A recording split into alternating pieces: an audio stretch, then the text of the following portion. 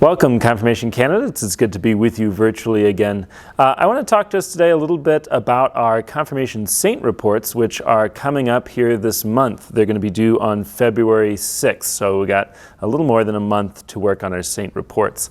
And last month, for your Confirmation information sheets, I asked you to pick a Confirmation Saint. So now we're going to take that Confirmation Saint, we're going to do a little bit more work with that, and I'm looking forward to hearing about the saints that you picked and reading those.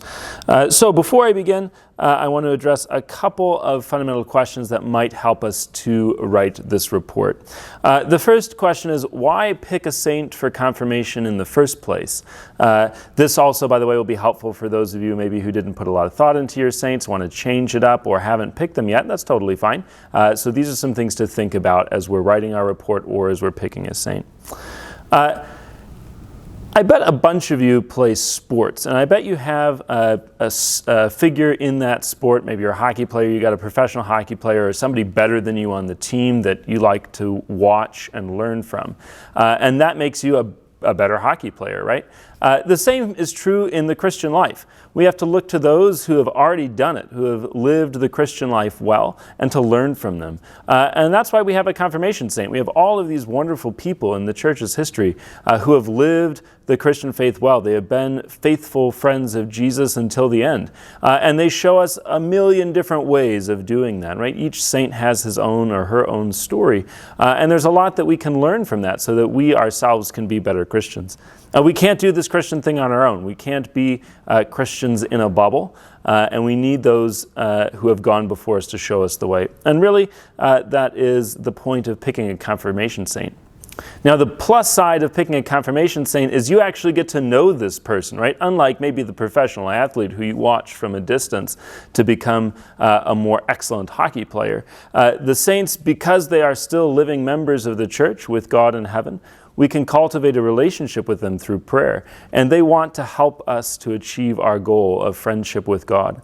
And so as you are working on your saint report and as you continue towards confirmation, talk to these saints, pray to them, ask them for their help. They're cheering for you, and they want you to become holy. They want you to become a saint.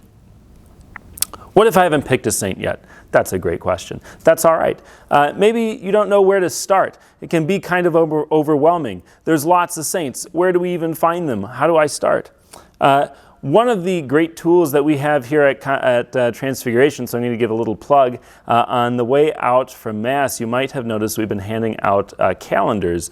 And on almost every day of the calendar, there's a different saint. So if you picked up a calendar from Transfiguration, or if you come to Transfiguration in the coming weeks, pick up a 2021 calendar and just start flipping through the calendar, looking at the days and the saints that are there. One of the cool things, maybe you find your birthday and figure out who's the saint on your birthday. I learned about a really cool saint doing that. Or maybe there's some other day that's important to you, or maybe you just flip through the calendar and you look and you'll see a myriad of different saints.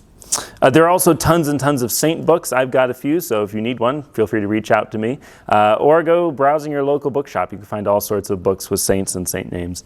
And the internet is always a good place, though be careful. You never can always trust what you read on the internet. But there are a lot of great websites that can help you find saints and give you a quick bio of them. I think my personal favorite is on LifeTeen. It's called The Biggest and Best List of Confirmation Saints, and it's got it broken down by categories, so some good things to think about as you're working on your saints, and especially if you haven't picked one yet. Okay, so the saint report. What are we going to do? Here's your task. The saint report is a one-page typed report. I do want that typed, please, just using a standard font size. Double-spaced is fine. It should be about a page. The point of the saint report is not for you to tell me all of the great biographical details of this saint. I could look them up myself. What I'm really interested in is why you chose this saint. What is it about this saint's life that inspires you to be a better Christian? That's what I really want to hear about. So think about what are some extraordinary lives in the event of the saint that maybe speak to you a little bit. Or what did this saint do that you thought, now that is a way to follow Jesus, or I could learn something from that. Or maybe the saint had some particular events in their life that you think, yeah, I can really relate to that. they lived a life maybe not too different from my own. That's the kind of thing that I want to hear about. So those, once again, are due on February 6th. If you have any questions as you're working on writing them, please do let me know, or let your small group leaders know in the January meeting. I'm sure they also would be happy to help you. Look forward to seeing you all back on campus and in person on January 9th at our next formation meeting. Thank you very much.